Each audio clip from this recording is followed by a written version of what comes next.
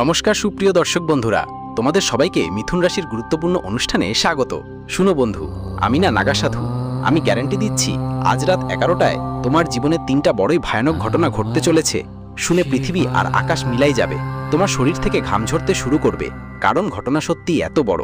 বন্ধু, তোমার ভাগ্য তোমাকে বারবার কাঁদিয়েছে, তোমার সাহস আছে ঠিকই, কিন্তু তোমার জীবন তোমার সাথে অনেকবার খেলা করেছে। তোমার সামনে জীবনে বড় কিছু করার অনেক সুযোগ এসেছে, কিন্তু কখনো পরিবারের কারণে, কখনো পরিস্থিতির কারণে, কখনো নিজের অবহেলা শুধু খারাপ ভাগ্য নয়, আর প্রতিটা সুযোগ তোমার হাতছাড়া হয়ে গেছে।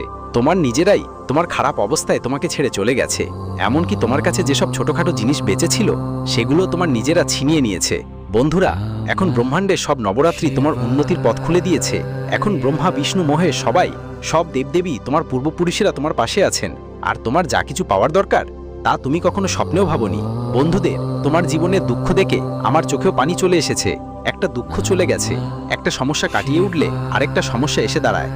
একটা ঝামেলা থেকে বেরিয়ে আসো, পরেরই পায়ে বড় একটা ঝামেলা তোমার অপেক্ষা করছে। তুমি নিজেও বলো, আহারে ভগবান, এমন জীবন কেন দিয়েছো? আমি কি পাপ করেছি? কি পাপের শাস্তি দিচ্ছ তুমি আমাকে? কিন্তু বন্ধু, আর হয় না। আজ এই জীবনের সব ঝামেলা ভুলে যাও, আর শুধু আমার সঙ্গে 20 মিনিট থাকো। এই ভিডিও দেখার পর থেকে তোমার জীবনে যত দুঃখ কষ্ট সব চলে যাবে, এটা আমার গ্যারান্টি বন্ধু। কারণ এখন যা রাহু আছে আর শনি তোমার কুণ্ডলিতে উন্নতির জায়গায় বসে আছে, মানে এখন তোমাকে সেই জিনিসটা পাওয়ার পালা যার জন্য তুমি বছরগুলো ধরে অপেক্ষা করছিলে। এখন যতই চোখের জল ফেলেছো, যতই কষ্ট সহ্য করেছো, সেটা ধন সম্পদ নিয়ে হোক, বা সম্পর্ক না থাকার কারণে, কিংবা বাড়ির ঝগড়া ঝামেলার জন্য হোক, প্রতিটি অশ্রুর বদলা নেবে তুমি। তোমার জীবনে এত সুখ আসবে যে তুমি নিজেই বলবে, হে ভগবান, তোমার বাড়িতে দেরি হলেও অন্ধকার নেই। ব্যবসা হোক বা চাকরি, সব জায়গায় এখন তোমারই রাজত্ব চলবে। কারণ বন্ধু, রাহু আর শনি যখন মানুষের জীবনে একসাথে আসে, যখন জীবন আমাদের প্রতি মায়াবী হয়ে ওঠে, তখন মানুষ প্রতিটি দিক থেকে সুখ পেতে শুরু করে। কিন্তু যদি রাহু আর শনি খারাপ অবস্থায় থাকে, তখন বন্ধু বান্ধব সবাই কি করলেই শেষমেশ সব ধ্বংস হয়ে যায়। যেমনটা আগে তোমার সঙ্গে ঘটছিল। তখন তুমি পরিশ্রম করছো, ঘাম ঝরাচ্ছ, কিন্তু বারবার শুধু হতাশাই পেতে থাকলে। অনেক সময় এমনও হয়েছিল যে তুমি নিজের জীবনটাই শেষ করতে চেয়েছিলে। জানি বন্ধু, তোমরা যখন নিজেদের উন্নতি দেখেই নিজের জীবন ছোট মনে করো, ভগবানকে অভিযোগ করো, হে ভগবান, আমার সময় কখন আসবে? আচ্ছা, তো এখন তোমার সময় এসে গেছে। শুধু একটা জিনিস মাথায় রাখবে, আগে যে সব ভুল করেছিলে সেগুলো আর করবে না। কারণ আগে তুমি এমন কিছু ভুল করেছো যার কারণে তোমার রাহু আর শনি প্রতিবার তোমাকে জীবনে সুখ দেয়, কিন্তু তোমার নিজের ভুলের জন্য প্রতিবার তোমার রাহু শনি খারাপ হয়ে যায়। কিন্তু এখন আর এমন ভুল হবে না। সবকিছু বলবো, কি হবে, কি সুখ পাবে, কি সাবধানতা নিতে হবে। কিন্তু তার আগে বন্ধুদের, আমার কথা মন দিয়ে শুনো। তোমার জীবনে এখন পর্যন্ত যত কষ্ট সহ্য করেছো সেগুলো এখন ভুলে যাও। আর আজকের ভিডিওতে দয়া করে ভিডিওটা লাইক করে দিন। ভিডিওটা অবশ্যই লাইক করবেন। আপনার জন্য খুবই গুরুত্বপূর্ণ একটা ভিডিও তৈরি করেছি, তাই ভিডিওটা লাইক করে দিতে ভুলবেন না, এবং কমেন্ট বক্সে সত্যি মন থেকে সত্য শ্রদ্ধায় জয় শনিদেব লিখবেন। যারা কমেন্ট বক্সে জয় শনিদেব লিখবেন, শনিদেবের কৃপা তাদের ওপর অবিরত থাকবে। দেখুন বন্ধু, আমি জানি আপনি প্রতিদিন সকালে উঠে জীবনের রামায়ণ শুরু করেন। সকালে ওঠা, স্নান ধৌত করা, নিজের কাজ করা, টাকা জোগাড় করা, যাদের থেকে ঋণ নিয়েছেন তাদের হিসেব চুকানো, পরিশ্রম করা, 2 বেলা রুটির সংসার চালানোর জন্য টাকা জোগাড় করা, পরিবারের খরচ চালানো, এসব তো চালিয়েই যাচ্ছেন। এখানে ওখানে নতুন কাজ খুঁজতে ঘুরে বেড়ানো। তুমি প্রতিদিন নতুন একটা আশা নিয়ে ওঠো, কিন্তু সন্ধ্যা হয়ে রাত হলে তুমি আবার সেই জায়গায় ফিরে এসে দাঁড়াও যেখানে তুমি প্রতিদিন সন্ধ্যায় থাকো। প্রতিদিন একটা হতাশা থাকে। কিন্তু বন্ধুরা, এখন আর এমন হবে না। এখন আমি তোমার জীবনে এমন একটা পরিবর্তন আনবো যেটা তোমার প্রতিটা নতুন দিনকে নতুন একটা শুরু বানাবে। তোমার প্রতিটা নতুন দিন তোমাকে উন্নতি, সফলতার দিকে নিয়ে যাবে। তোমার প্রতিটা দিন তোমার জীবনে নতুন আনন্দ নিয়ে আসবে। তাহলে কেমন করে? কারণ রাহু আর শনি যখন দেয়, তখন তারা আলাদা আলাদা দিক থেকে দেয়, ভিন্ন ভিন্ন সুখ দেয়। আর বন্ধু, এখন যা তোমার জীবনে আসতে চলেছে সেটা তুমি কখনো ভাবতেও পারোনি। কিন্তু কিছু ভুল আছে যেগুলো তোমাকে করতে হবে না। আমি তোমাকে বলি, তোমাকে বাড়িতে নিয়ম করে রাখতে হবে। যেমন পুজো ঘরের পরিষ্কার কাজ প্রতিটি শনিবার অবশ্যই করতে হবে। কিছুই হোক না কেন, প্রতিটি শনিবার পুজো ঘর পরিষ্কার করতে হবে। পুজো ঘর পরিষ্কারের পর গঙ্গা জলের ছিটা দিতে হবে। মন্দিরে প্রতিদিন দীপক পরিষ্কার করে জ্বালাতে হবে। ভুলেও একাদশী এবং বৃহস্পতিবার পরিষ্কার করা যাবে না। আর যখনই মন্দিরে পরিষ্কার করবে, ছবি ভুলেও মাটিতে রাখবে না। কোনো পরিষ্কার জায়গায় বা পরিষ্কার কাপড়ের উপর রাখতে হবে। পূজা শেষে মন্দিরের পর্দা অবশ্যই লাগাতে হবে। হ্যাঁ বন্ধু, দিনের বেলা পর্দা লাগাতে ভুলবে না, রাতে তো অবশ্যই লাগাতে হবে। আর প্রতিদিন পূজা ঘরে একটা কাপড় জ্বালাও। এতে তোমার ঘরের যেসব বাস্তুদোষ, পিতৃদোষ, নেতিবাচকতা থাকবে সব দূর হয়ে যাবে। তো এই নিয়মটা তোমাকে প্রতিদিন মেনে চলতে হবে। এখন ভালো করে শোনো, তুমি প্রচুর পরিশ্রম করছো, অনেক বছর ধরে দিন রাত এক করে কাজ করছো বন্ধু, কিন্তু তোমার হাত এখনো খালি। এত পরিশ্রম করেও তবুও আপনার হাত খালি খালি। বন্ধুরা, তোমাদের পরিশ্রমের ফল কেউ আর নিচ্ছে? বন্ধুরা, তোমাদের পরিশ্রমের ফল কেউ আর খাচ্ছে? এটা কেন হচ্ছে বন্ধুরা তুমি জানো? এটা হচ্ছে শুধুমাত্র তোমাদের কিছু ভুলের কারণে। তোমাদের ভুলগুলো কি আমি তোমাদের একটু বলি। তোমাদের সবচেয়ে বড় একটা ভুল হলো তোমাদের সরলতা। হ্যাঁ বন্ধুরা, তোমাদের কুণ্ডলিটা যখন দেখা হলো তখন সবচেয়ে বড় জিনিস যেটা দেখা গেল সেটা হলো তোমাদের সরলতা। দেখো বন্ধুরা, তুমি মোটেও চতুর বা চালাক নও। তুমি সবাইয়ের কথায় খুব সহজে বিশ্বাস করে ফেলো। যদি কেউ আপনার সামনে মাগরামের চোখের জল ফেলতে থাকে, আপনি ভাববেন সেটা আসল চোখের জল। কেউ যদি আপনাকে তার মিথ্যে গল্প বলে, আপনি সেই গল্পগুলো বিশ্বাস করে ফেলেন। বন্ধু, সবাইয়ের মিষ্টি মধুর কথায় আপনি আটকে পড়েন। আপনি এতই সরল যে নিজের থালার রুটি বন্ধুদের দান করে দেন।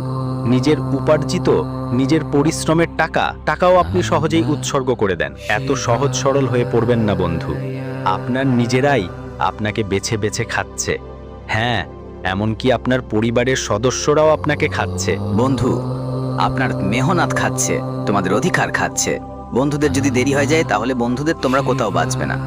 এই কারণেই এই কলিযুগ চলছে। বন্ধুদের এখানে ভাই ভাইয়ের কোনো সম্পর্ক নেই, ছেলে মেয়েরও নেই, নিজের মা বাবারও নয়, বন্ধুদের। তাই অন্যদের কথা তো বেঁচে থাক।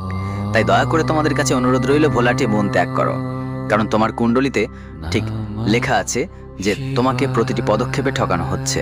বন্ধুদের আগে তো অনেক ঠকেইছু, আর সামনে আরো বড় বড় ঠকনা তোমার অপেক্ষায়। বন্ধুদের সবচেয়ে বড় ঠকনা বন্ধুরা এখনো তোমরা বুঝতে পারোনি। সামনের সময়ে তোমরা সবচেয়ে বড় ধোঁকা পাবে, আর সেটা তোমাদের নিজের সরলতার কারণে হবে। তাই বন্ধুরা, লোকেদের উপর বিশ্বাস করা বন্ধ করে দাও। দেখো, এখানে যা যেমন লাগে তেমন নয়। মানুষরা নিজেদের মুখেও কতগুলো মুখোশ ঢাকা থাকে। কেউ তোমাকে আসল মুখ দেখায় না। আসলে কে কেমন তুমি জানো না। এই দুনিয়া অনেক নিষ্ঠুর, এই জগৎ। সবাই নিজের স্বার্থ দেখে, বিনা স্বার্থে কেউ তোমার সাথে ভালো কথা বলবে না।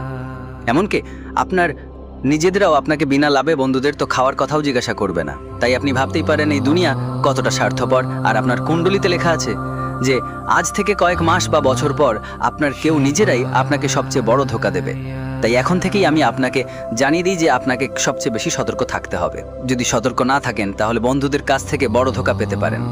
আর এই ধোঁকাটা এমন ধরনের হতে পারে, আপনাকে আপনার সম্পত্তি থেকে উচ্ছেদ করা হতে পারে। আপনার সম্পত্তি অন্য কেউ দখল করে নিতে পারে। বন্ধুরা, ব্যবসায় বড় ধরনের ঠকানো হতে পারে তোমার সাথে। ব্যবসায় কেউ ঠকাতে পারে, কেউ চতুরাই তোমার সম্পত্তি দখল করতে পারে, বা তোমার বন্ধুদের কেউ মূল্যবান জিনিস চুরি করতে পারে। চাকরি হোক বা ব্যবসা বা বাড়ি পরিবারে হোক, বন্ধুদের তোমাদের নিজের জিনিসের খুব খেয়াল রাখতে হবে। কাউকে সহজে বিশ্বাস করতে হবে না।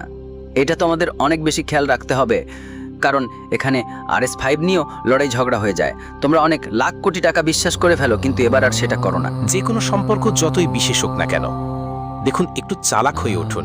নিজের সিদ্ধান্ত নিজেই নিন। নিজের জিনিসপত্রের যত্ন নিজেই করুন। কাউকে আপনার সিদ্ধান্ত নেওয়ার সুযোগ দিন না। বন্ধুরা, প্রতারণার শিকার হওয়ার সম্ভাবনা থাকে, তাই একটু সতর্ক থাকুন। বিশ্বাস করা বন্ধ করে দিন। বন্ধুরা, অপরিচিতদের উপরও বিশ্বাস করবেন না। আমি জানি বন্ধুরা, যখন কেউ দরিদ্রকে দেখেন তখন আপনার ভেতরের হৃদয় নরম হয়ে যায়, আপনার মধ্যে মমতা জাগ্রত হয়। বন্ধুরা, যখন কেউ কষ্টে থাকে, কেউ দরিদ্রকে দেখেন, তখন আপনার ভেতর থেকে বলতে বলতেই চোখ ভিজে যায়। আপনি চান তাকে সাহায্য করতে।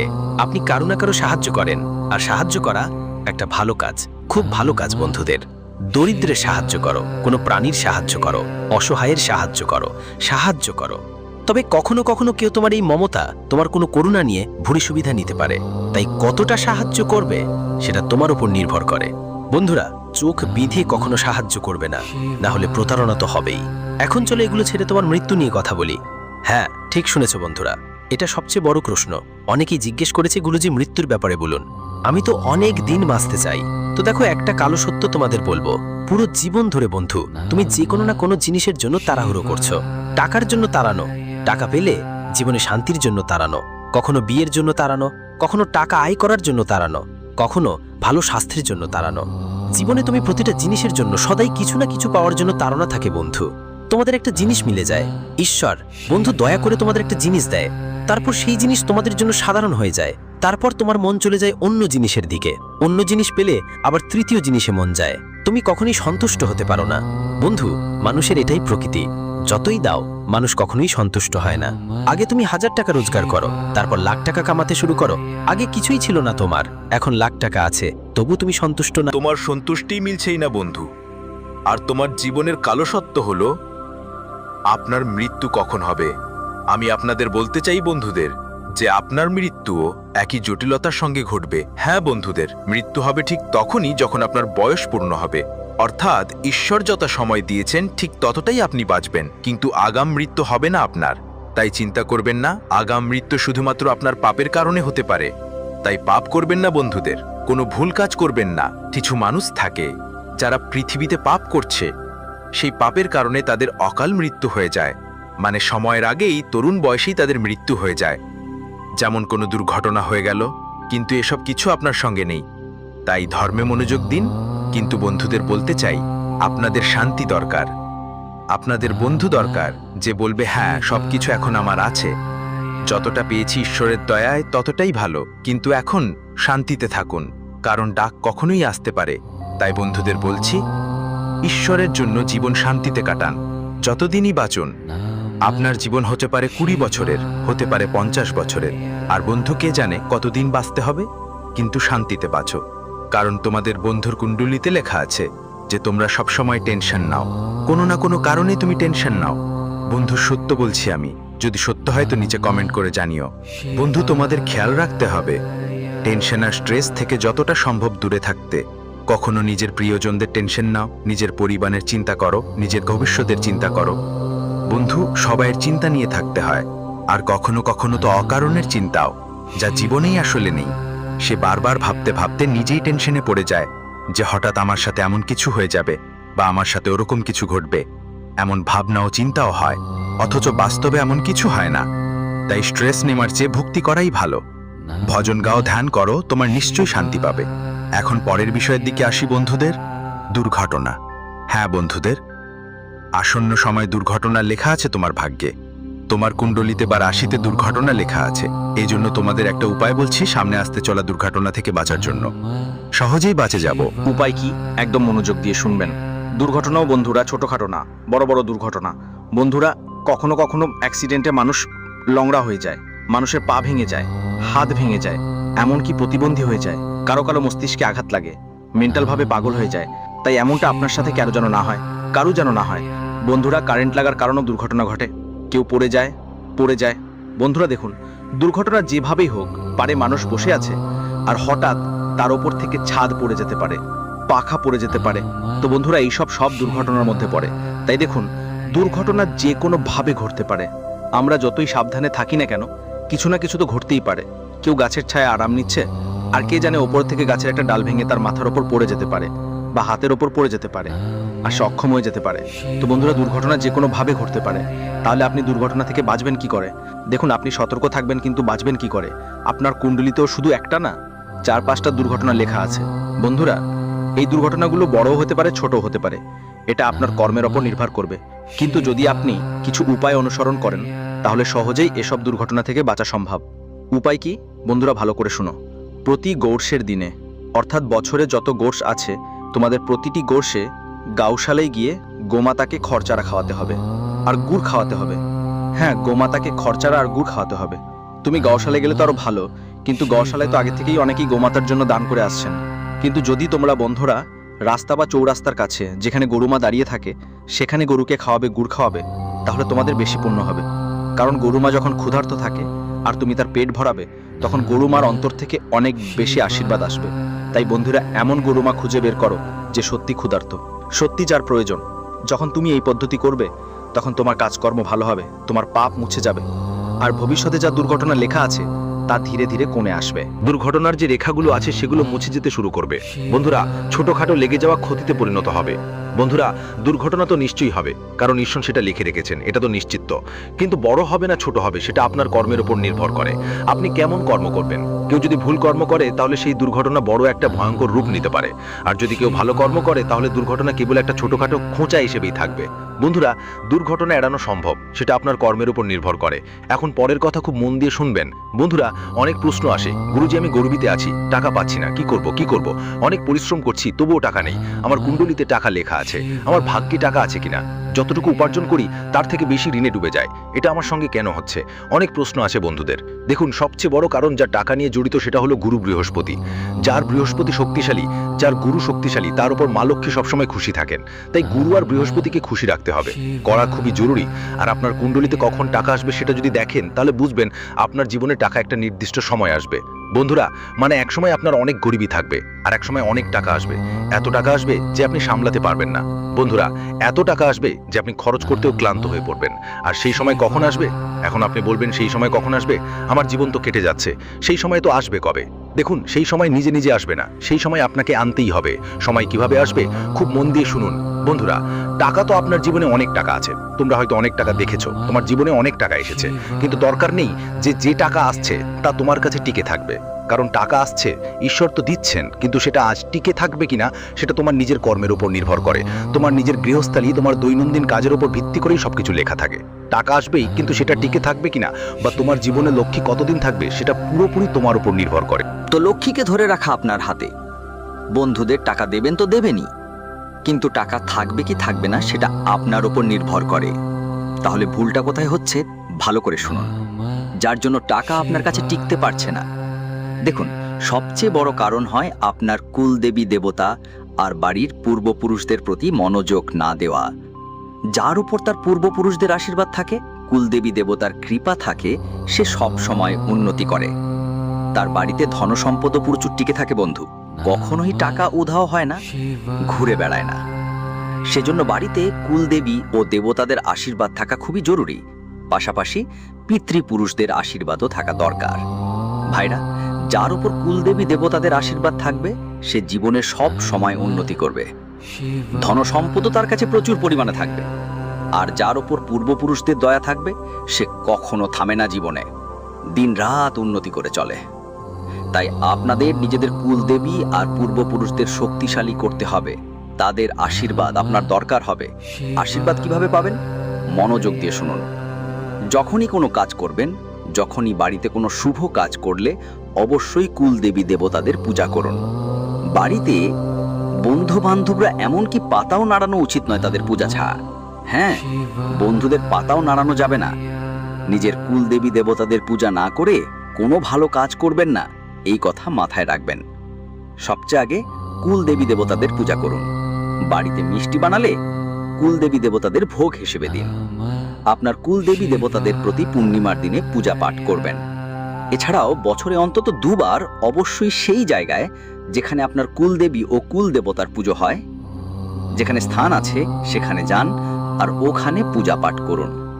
বন্ধু, যখন তুমি এভাবে করবা তখন তোমার কুলদেবী দেবতাদের কৃপা থাকবে আর প্রতিটা কাজেই তাদের স্মরণ করতে হবে। যখনই বাড়ি থেকে বেরো নিজের বাড়ির দেবতাদের নাম নিয়ে যাও, তোমার পূর্বপুরুষদের কৃপা